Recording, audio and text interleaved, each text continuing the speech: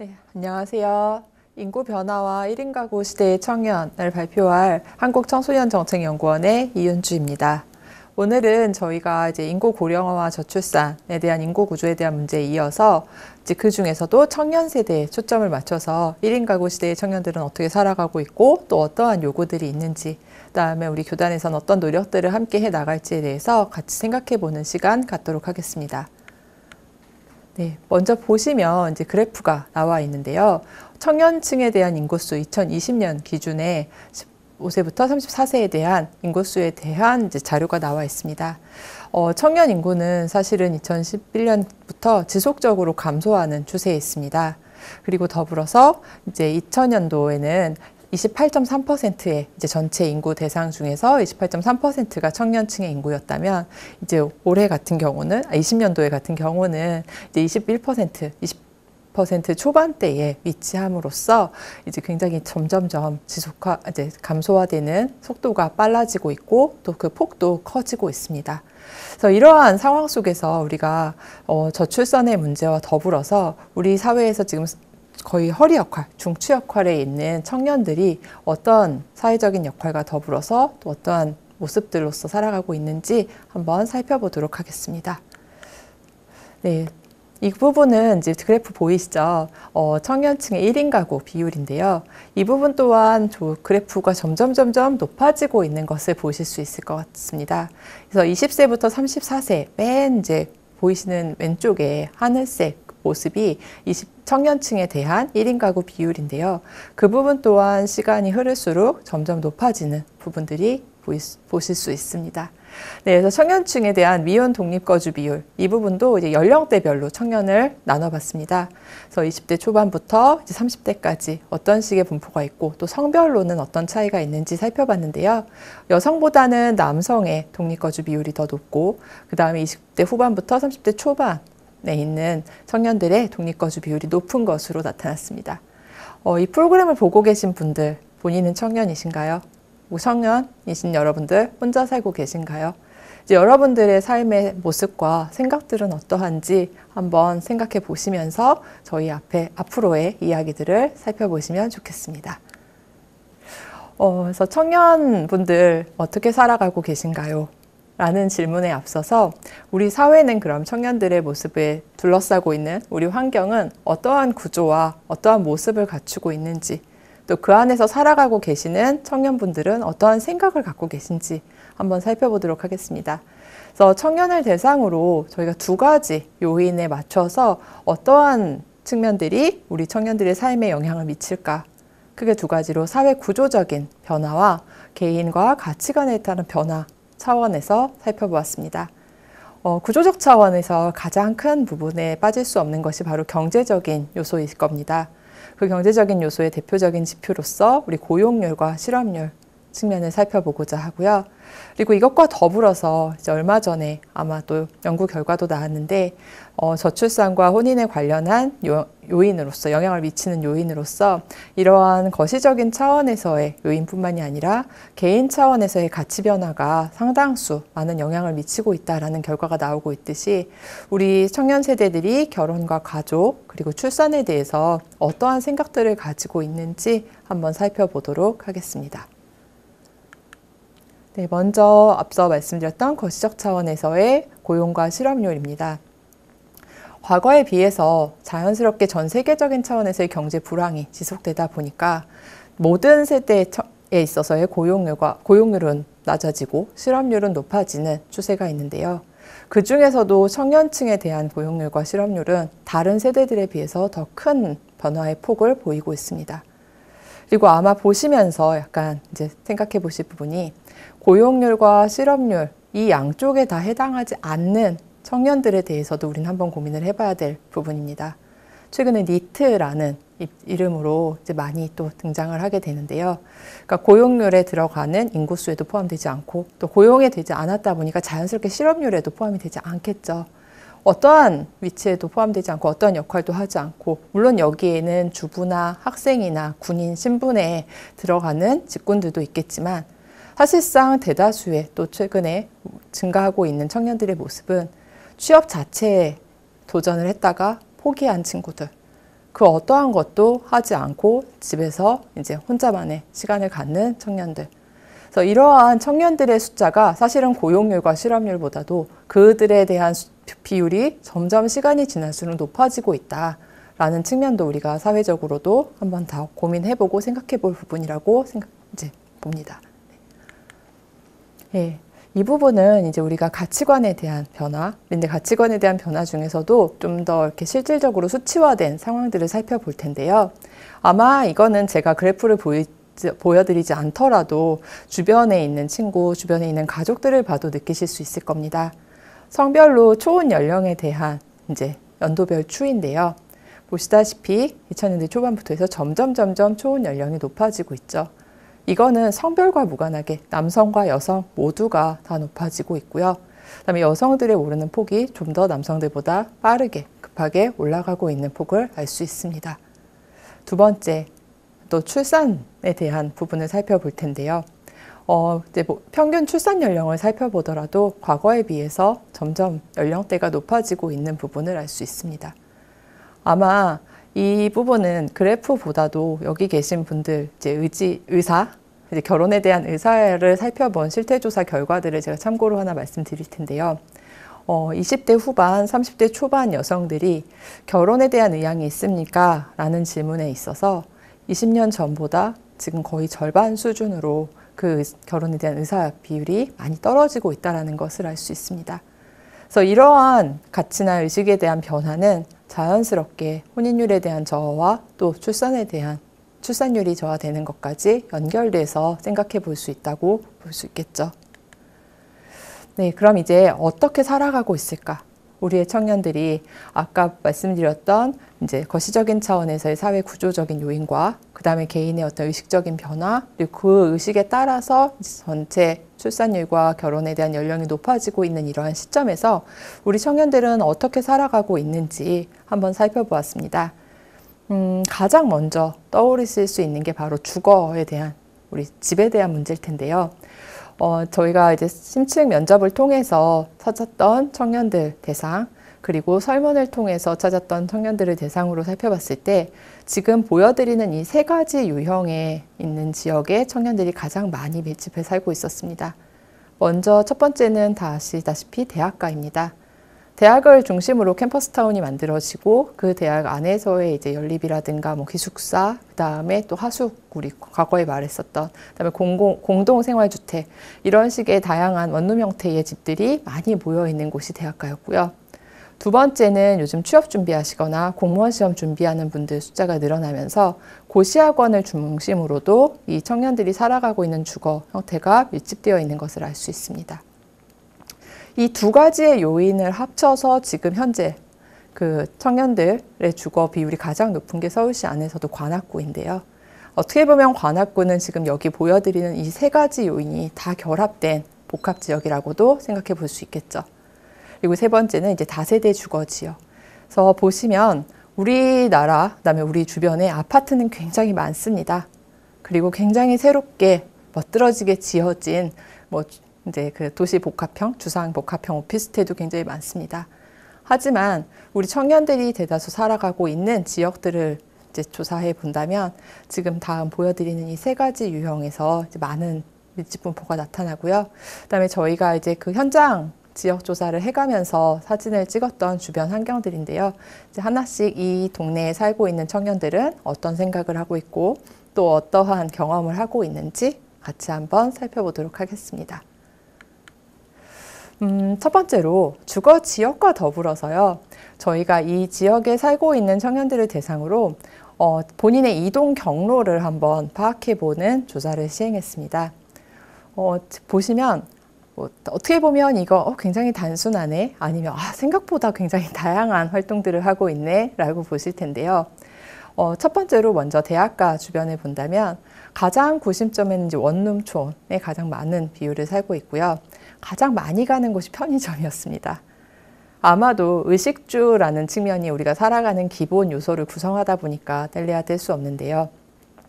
대학가에 살고 있는 청년들의 이동 분포를 봤을 때 가장 어떻게 보면 다른 지역에 비해서 굉장히 단순하게 나타나 있고 학교, 그 다음에 본인이 살고 있는 집, 그 다음에 편의점, 그 다음에 그 PC방, 그 다음에 이제 잡화를 파는 우리가 흔히 말하는 이제 지역의 체인, 그 프랜차이즈로 있는 잡화점 등이 이제 구성이 되어 있던 것을 알 수 있습니다. 보시면 아시지만 문화나 여가를 즐길 수 있는 어떤 동선이 내가 살고 있는 주거지역 주변에 많이 분포되어 있지 못하는 것을 알 수 있습니다. 그리고 또 대학이라는 그 공간이 과거에 비해서는 어떻게 보면 취업을 준비하는 곳, 그다음에 어떤 시험을 준비하는 곳이라는 목적이 좀 더 강화되다 보니까 이 친구들이 살아가고 있는 공간 주변에서 내가 조금이라도 마음의 휴식을 얻거나 여유를 찾을 수 있는 문화생활을 하는 것은 사실상 좀 어려운 상황들이 되었습니다. 그래서 이 친구들 한 인터뷰, 이따 좀 더 자세히 보겠지만 인터뷰 내용 중에는 좋은 음악을 듣고 좋은 그림을 보고 어떤 무엇인가 문화생활을 하고 싶으면 그것에 대한 시간과 돈을 많이 들여야 되는데 그것이 지금 부모님한테 용돈을 받거나 아니면 내가 아르바이트를 해서 살아가면서 이 월세를 내야 되는 나의 입장에서는 사치로 다가올 수 있다. 이런 이야기를 하는 부분을 보면서 조금은 이 친구들이 의식주라는 기본적인 어떤 요건에서 벗어나서 조금 더 삶을 풍부하게 누리고 또 20대라는 이 젊은 시간을 좀 더 여유 있게 보낼 수 있으면 좋겠다라는 생각을 해볼 수 있는 분포도였습니다. 두 번째, 고시학원 밀집도 이제 보시면 아시다시피요. 자연스럽게 여기는 목적이 명확하게 있는 청년들이 모여서 거주하는 곳이다 보니까 보다 더 이제 그 집과 그다음에 그 시험을 준비하기 위한 학원과의 모습, 그리고 또 스터디를 하기 위한 모습들이 종종 많이 나타나더라고요. 근데 아무래도 이제 지금 자료는요, 제가 코로나19 상황 전에 조사했었던 자료라서 지금 그래도 좀 다양한 이동 경로를 보이고 있다라고 생각할 수 있을 텐데요.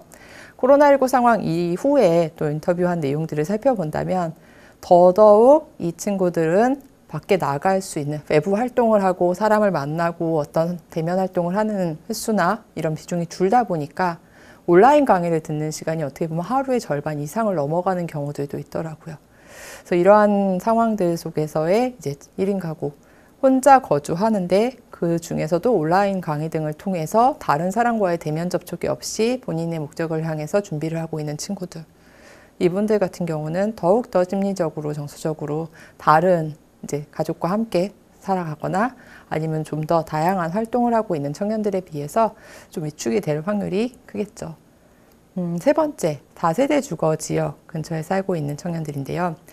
이분들 같은 경우는 그래도 그 대학가나 고시학원 밀접 지역에 살고 있는 분들보다는 실제로 그 초점 포인트가 좀 더 많았습니다.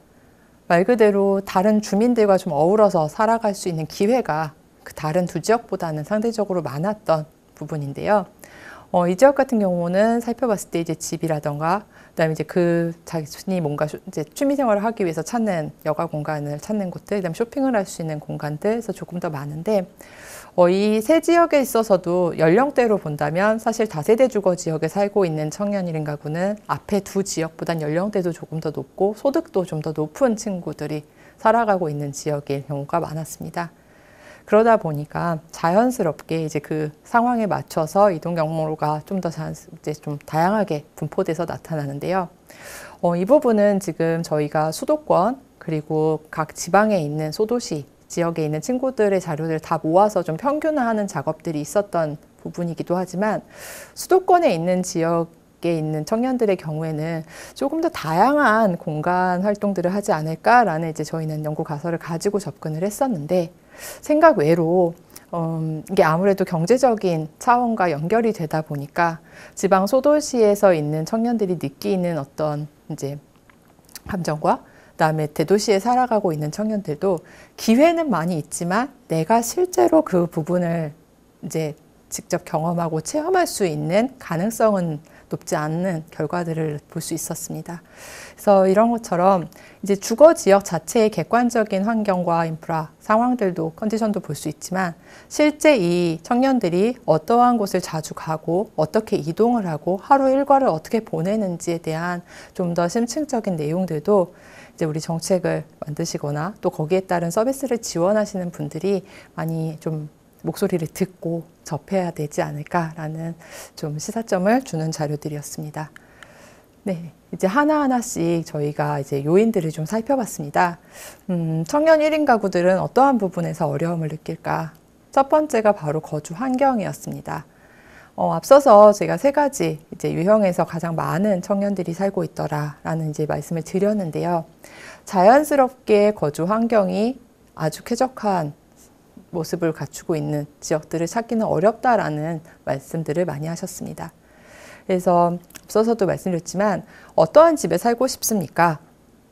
라는 질문에 가장 많은 청년들이 햇볕이 잘 드는 집, 그다음에 지하철역이 가까운 집, 그래서 이런 식의 어떠한 다양한 어떤 많은 요건들을 요소하는 것이 아니라 내가 최소한의 어떤 기본적인 일조량을 느끼고 그다음에 내가 학교를 가거나 취업을 했으면 회사를 가거나 아니면 다른 어떤 이동을 할 때 좀 교통수단을 공공교통수단을 좀 더 편하게 이용할 수 있는 환경들을 많이 요청했었습니다.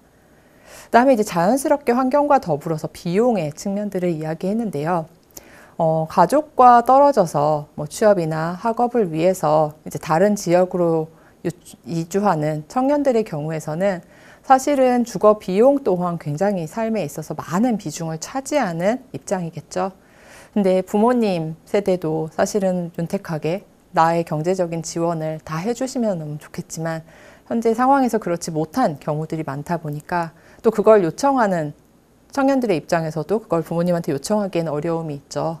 그리고 점점 또 여기서 하나 생각해 보실 게 졸업 유예 기간이 길어지고 있습니다. 예전에 과거 기성세대들을 중심으로 봤을 때는 대학 4년을 졸업하면 뭐 남성분들 같은 군대를 갔다 오면 취업을 이어서 하고 그다음에 내가 어떤 대출을 했어도 그 부분을 취업을 하면서 갚아가면서 이제 결혼도 하고 출산도 하고 이런 식의 삶을 살아갈 텐데 지금 청년들의 경우는 그 다음 단계로 넘어가는 어떻게 보면 취업이라는 이 단계가 과거보다 굉장히 문턱이 높아졌기 때문에 이것을 유지하기 위해서 대학생이라는 신분을 유지하는 이 유예 기간이 굉장히 길어졌습니다. 그럼 자연스럽게 이 부분에 대한 계획이라든가 이 부분에 대한 비용, 투자를 하기 위한 기회비용이 들어갈 텐데요. 이거를 부모님이나 다른 가족한테 이제 지원을 받기에도 어려운 상황이 된 거죠. 그럼 이제 이때부터는 아르바이트를 같이 병행하게 되는데 청년들이 할 수 있는 그다음에 또 할 수 있는 그리고 하고 싶은 아르바이트의 종류도 사실은 한정되어 있고 또 거기에서의 노동 인권이라든가 또 그 안에서의 비춰지는 어떤 모습들은 사실상 쉽지 않다는 건 아마 여기 계신 분들 많이 아실 겁니다. 그러다 보니까 내가 살고 싶은 집, 뭐 그게 엄청난 거창한 집은 아닐지라도 최소한의 내가 삶을 유지할 수 있는 집을 얻기 위한 비용적인 측면 마련 또한 이 친구들은 굉장히 이제 좀 부담스러운 짐이 되는 거죠. 그러다 보니 자연스럽게 내 의식주 자체를 지금 유지하는 것만으로도 굉장히 경제적으로 이 선택의 폭이 좁다 보니 친구를 만난다거나 내 문화생활을 한다거나 다른 누군가를 만나서 내 이야기를 한다거나 하는 그런 관계를 맺는 곳에 쓰는 비용에 있어서도 당연히 우선순위에서 그게 밀리게 되고 최소한 본인이 어떻게든 더 나은 삶을 위해서 접근하기 위한 뭐 취업을 준비한다거나 시험을 준비하거나 이런 입장에서의 드는 비용만으로도 허덕거리는 모습들을 우리가 볼 수 있었습니다. 세 번째, 건강인데요. 우리 그런 이야기들 하죠. 20, 30대가 무슨 건강에 문제가 있겠어. 걱정을 하겠어. 돌도 씹어먹을 나이일 텐데. 이러면 이제 라떼는 하면서 이제 꼰대 소리를 듣는데요. 우리 청년들 많이 아픕니다. 실태조사를 통해서 나타난 경우도 그렇고 몸도 마음도 많이 이제 취약해져 있고 또 많이 약해져 있는 상황들인 것을 알 수 있습니다. 건강 측면에서 살펴봤을 때는 많이 나오는 질환이 이제 그 디스크 같은 그러니까 오랫동안 의자에 앉아 있다 보니까 이제 나타나는 질병들도 있고요. 또 심리적으로 우울증이라든가 강박증 같은 정서적인 심리적인 차원에서의 문제들도 상당수 많이 증가하고 있는 추세입니다. 그리고 또 하나 청년들과 인터뷰를 했을 때 느꼈던 부분 중에 하나는 식생활과 관련해서 이제 연결되는 측면이었는데요. 아마 여기 계신 분들 많이 공감하실 거예요. 요즘 그 TV를 통해서 보면은 이렇게 제가 뭐 특정 명칭을 말할 수는 없지만 혼자 사는 삶의 싱글 라이프에 대해서 좀 굉장히 멋있게 보여지는 미디어들이 굉장히 많죠. 근데 그런 곳에 보면은 뭐 자취생의 먹거리 해서 이렇게 뭔가 맛있는 것도 만들어서 먹고 또 친구들하고 만나서 어떤 음식을 먹고 하는 모습을 보지만 실제 우리 청년들, 혼자 사는 청년들의 입장에서는 그 음식을 하기 위해서 들어가는 식재료 값이라던가 그걸 위해서 필요한 도구나 준비를 하는 것이 나와 이제 괴리감이 굉장히 크게 나타난다라는 모습들을 많이 말씀하셨습니다. 그리고 또 요즘 밀키트 많잖아 라고는 이야기를 하지만 그 밀키트의 가격이 사실상 우리가 식당에 가서 식사를 하는 비용과 거의 비슷한 수준이라는 이야기들을 하면서 그것 또한 쉽게 내가 질 좋은 음식을 어떤 이제 접해서 먹기에는 좀 어려움이 있다라는 이야기들을 그러다 보니 자연스럽게 이제 그 편의점 아까 보셨죠. 이동 경로에서 편의점에 대한 경로가 굉장히 강하게 많이 나타나는데 이제 뭐 컵밥을 먹는다거나 라면을 먹는다거나 인스턴트 식품 중심으로서 이제 식생활을 해결하는 그리고 식생활 이제 하는 시간조차도 굉장히 불규칙하고 영양적으로도 불균형한 측면들로서 이제 먹는 모습들을 볼 수 있었습니다. 그리고 또 하나의 인터뷰에서는 이게 뒤에 나오는 사회적 관계와도 연결이 될 텐데요. 혼밥이 너무 싫어요 라는 답변들도 사실상 많았습니다. 물론 시험이나 다른 준비를 위해서 이제 시간에 쫓기다 보니까 빠르게 먹기 위해서 이제 혼밥을 자발적으로 선택하는 친구들도 굉장히 많지만 이게 너무 장기화되면서는 내가 지금 이거를 왜 이렇게까지 해야 되나 라는 어떤 어려움들을 많이 제고하시기도 했는데요. 이런 부분들이 결과적으로는 건강이라는 더 넓은 범주 안에 다 포함이 돼서 청년들의 혼자 사는 삶에서의 어려움을 나타내는 요인으로도 생각해 볼 수 있을 것 같습니다. 네, 그다음에 이제 네 번째가 안전 문제인데요. 이 부분은 이제 청년들 인터뷰 중에서도 여성분들에서 많은 또 이야기를 주셨습니다. 주거 지역을 선택할 때 아까 제가 뭐 햇볕이 잘 드는 집이라는 이야기도 드렸지만 그 다음 상위권에 랭킹됐던 게 안전한 곳이었습니다. 이제 요즘 그 원룸 밀집 지역에서 나타나는 범죄율이나 또 이제 그런 상황들이 많이 일어나다 보니까 여성 청년들 같은 경우 상황에서는 보다 더 이제 치안의 안전한 지역을 많이 선호하고 또 그곳을 찾다 보니 그 지역의 집값이 또 당연히 더 올라가겠죠. 다른 지역보다는. 그래서 어떻게 보면 가장 기본적으로 우리가 누려야 될 치안 문제에 있어서 좀 노출이 이제 위험에 범죄에 노출되어 있는 상황들에 대한 두려움도 있었고요. 그 다음에 이제 그 안전 문제에 대해서도 사회적인 어떤 안전망이 조금 더 갖추어졌으면 좋겠다라는 이야기들도 상당수 많이 나왔습니다. 그리고 이제 마지막은 사회적 관계의 문제였습니다. 앞서 제가 다른 요인들 말씀드릴 때도 간간히 말씀을 드렸었는데요. 청년들의 문제에서 요즘 특히나 또 코로나19 상황이 더해지다 보니까 이 관계에 대한 측면에 대한 정의부터 이제 거기에 따른 어려움들을 많이 호소합니다. 우리가 예전에는 이제 사회적 관계라고 하면 오프라인에 대한 만남으로서만 사실은 설문조사도 했었고 또 인터뷰를 할 때도 전제로 이야기를 했었는데요. 최근에 와서는 온라인 안에서의 사회적 관계망에 대해서도 많은 부분 또 연구를 하고 있고 실제로도 청년들 또 청년들뿐만이 아니라 모든 세대가 온라인 관계망에서의 안식을 찾고 또 거기에서의 정서적인 안정을 찾는 분들도 많이 있는 것을 알 수 있습니다. 근데 청년들 중에서 사실 이 관계의 측면에서 많은 또 어려움을 겪고 있는 것 중에 어떤 것들이 있었냐면 특히나 이제 대도시 그다음에 이제 있는 친구들 같은 경우는 본인이 어렸을 때부터 살았던 지역 뭐 가족도 있을 거고 오랫동안 지내왔던 친구도 있을 텐데 오랫동안 내가 살았던 지역에서 어떤 학업이나 취업 때문에 이제 이동을 했을 때 다른 지역으로 이동을 해서 왔을 때 내가 혼자 있는 이제 고립감을 많이 느낀다고 하고 또 개인별로 차이는 있겠지만 다른 사람들과의 관계 맺기에 있어서 어떻게 해야 될지 모르겠다. 학교에서 이런 거라도 좀 가르쳐 줬으면 좋겠다라는 이야기까지도 하더라고요. 그래서 결국은 어떻게 보면 아까도 말씀 잠깐 드렸지만 내 시간과 내가 살아갈 때 필요한 비용이 한정된 상황에서 누군가 새로운 관계 맺기를 하고 다른 사람과 시간을 통해서 어떤 여가를 보내는 것이 순위를 매겼을 때 계속 후순위로 밀리게 되고 결국은 나 혼자서의 생존을 위한 싸움을 계속 하게 되는 어려움을 겪게 되는 이제 모습들이 나타났습니다. 뭐 이 밖에도 굉장히 많겠죠. 1인 가구들, 뭐 1인 가구뿐만이 아니라 청년 세대, 그리고 지금 우리 사회를 살아가고 있는 분들이 다양한 삶에 있어서의 어려움이 있었겠지만 많은 비중이 나타나는 부분들을 뽑아서 좀 말씀을 드렸습니다. 네, 그렇다면 이 분들에게 우리는 어떠한 대안을 마련할 수 있을까요? 그리고 특히나 우리 교단에서는 또 어떠한 노력들을 함께 함으로써 이 청년들을 이렇게 모아서 함께 할 수 있을까요? 앞서도 말씀드렸지만 청년들을 모을 수 있는 방법은 굉장히 쉽습니다. 이 공간이 매력적인 공간이 되면 됩니다. 요즘 우리가 홍보 마케팅 굉장히 많이 이야기하지만 사실 가장 무서운 게 입소문이라고 하죠. 청년들 상황에서는 뭐 SNS도 굉장히 많이 활동을 하고 있고 다양한 콘텐츠나 플랫폼을 이용해서 움직이고 있기 때문에 이 상황 자체, 이 공간 자체가 매력이 넘치는 곳이 된다면 특별히 어떠한 홍보를 하지 않더라도 알아서 찾아올 수 있는 공간이 될 것입니다. 여담이지만 요즘 청년들 세대라고 하는 젊은 친구들, 우리 이제 청소년, 청년 다 포함해서 강원도에 땡땡 옥수수를 먹으려고 1박 2일 코스를 짜서 막 산 건고, 물 건고 산 넘어서 가는 이제 그 여행 블로그 같은 이제 브이로그를 막 올리던데요.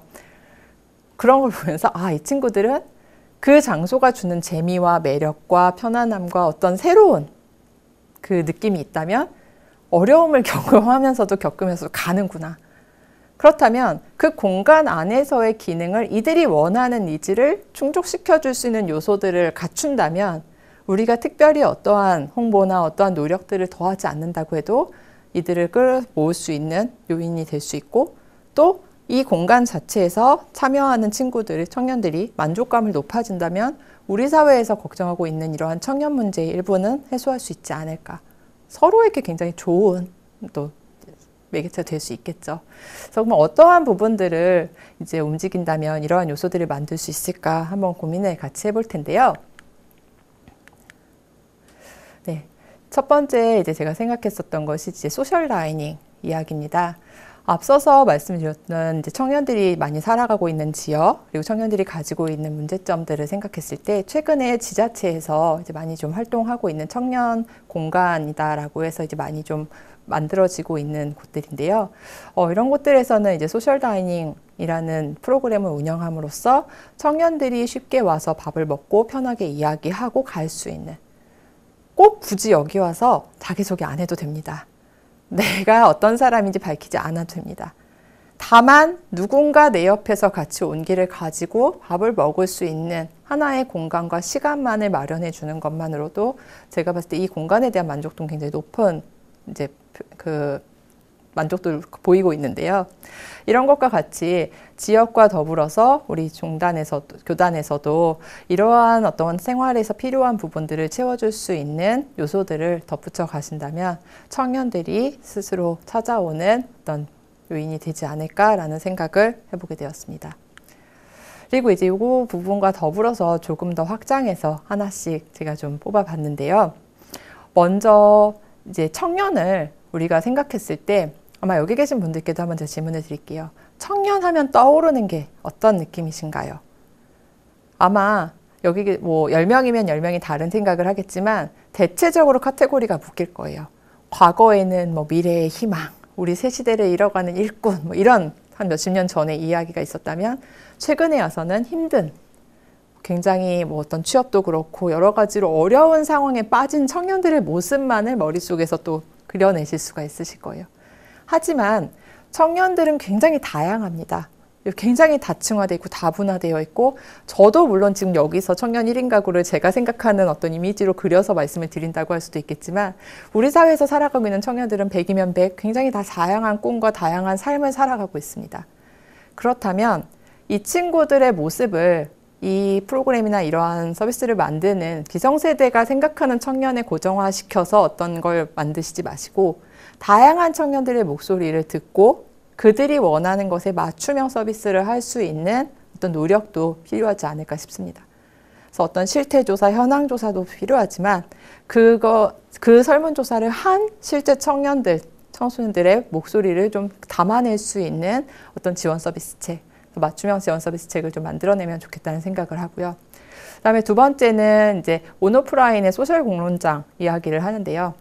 누군가 내 이야기를 들어준다면 내가 내일을 살아가는 게 좀 막막한데 어떻게 살아가야 될지 조금이라도 미리 경험한 사람이 내 옆에서 한마디라도 좀 해준다면 혼자 사는 청년들에게는 굉장히 큰 힘이 되겠죠.